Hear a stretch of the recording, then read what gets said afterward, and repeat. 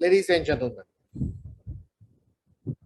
we, the present generation of modern Homo sapiens, is perhaps the most intelligent species to walk on the surface of the earth. Would anybody deny that? No, right? Human beings' achievement in the area of science and technology has been phenomenal, and we have attained great heights. One cannot compare and question the collective intelligence of modern man to that of our ancestors. But on an individual basis, are you and I more intelligent than our ancestors? A recent research shows that ever since human beings have started concentrating on specializing in a specific field and then rely on other human beings to fulfill their other needs and wants, human brain have begun to shrink.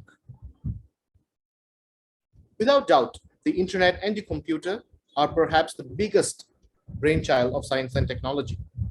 But how much narrow-minded is it making out of men and women today? Think about it for a moment. When I was in 5th grade, my geography teacher came to the class and said she is going to give an assignment to each and every one of the students in the class. The assignment that I got was to find which is the longest country in the world.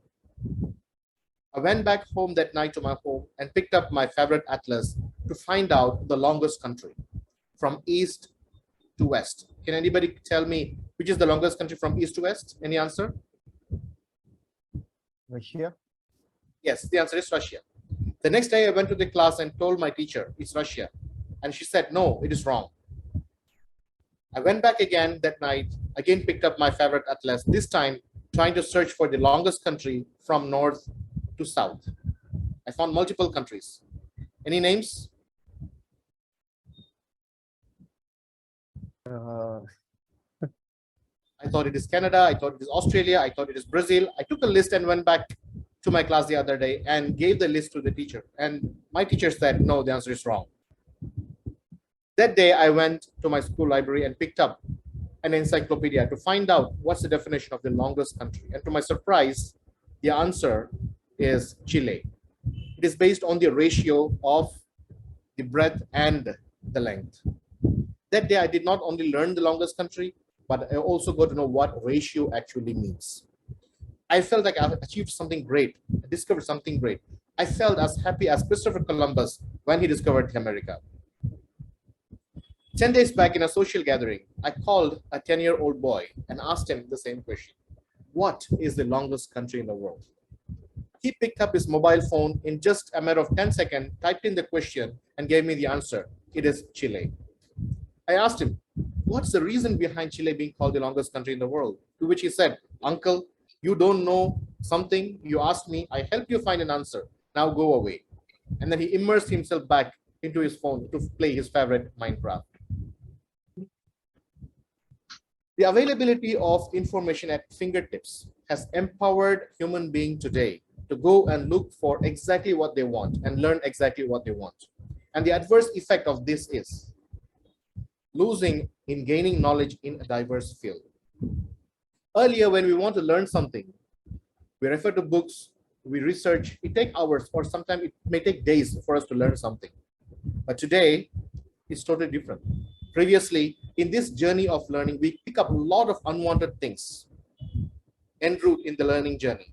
And these unwanted things comes to save us at time of needs. But today, we go and pick exactly what we want. Another research actually reveals that human beings indeed are becoming more and more dumber.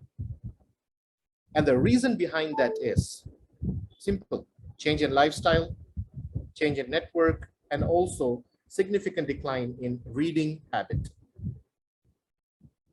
At my home, I have a nice shelf, which consists of a collection of some amazing books. One day a guest came to my home and then looked into the shelf and said, I'm surprised. I was surprised seeing him surprised. I smiled at him and took a few steps to start a conversation about reading and books. He said, I didn't know you have so much time. I thought you were a busy man. How did you spend time reading all this? For a moment, he made me feel like reading is the biggest time waster in the world. The story doesn't stop there. In Bangalore, in one of the most famous locality, there is a bookshop which has been running for about 22 years. A man of about 60 years old, passionate about books, passionate about reading, was running the store. He regularly purchases books from public for a lower price and then he sells it for a higher price. A year back, I went to him to make a sale, and he said that he's no longer accepting new books and that he's planning to close his shop in the next 6 months after clearance. I didn't ask him the reason for it because it's very, very well known. Ladies and gentlemen, if I were to ask you, who is more wealthy? Is it a person who owns thousands of printed notes stacked up in the bank? Or is it a person who has the knowledge of 100 printed pages in his mind? Who is more wealthy among these two people? We all know what the answer is, but yet the importance we give for reading has been significantly declined. The reason behind that is in today's world, each and everything that we do has to be mapped to financial gain. If we don't see a financial gain directly or indirectly, we don't give importance to it.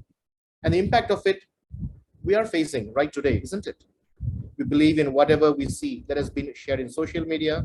We pick up arguments with people, though we have no understanding about the subject. Without knowing the historical facts, we enter into debate and arguments and sometimes even fight. The only solution to this is pick up the habit of reading. We have to give ourselves time to read.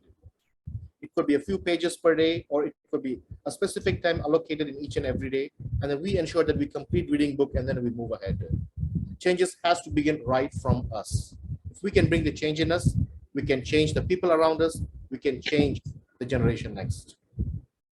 Ladies and gentlemen, let's take an oath to give ourselves time to read, to build a better tomorrow. Back to you, Toastmaster of the day.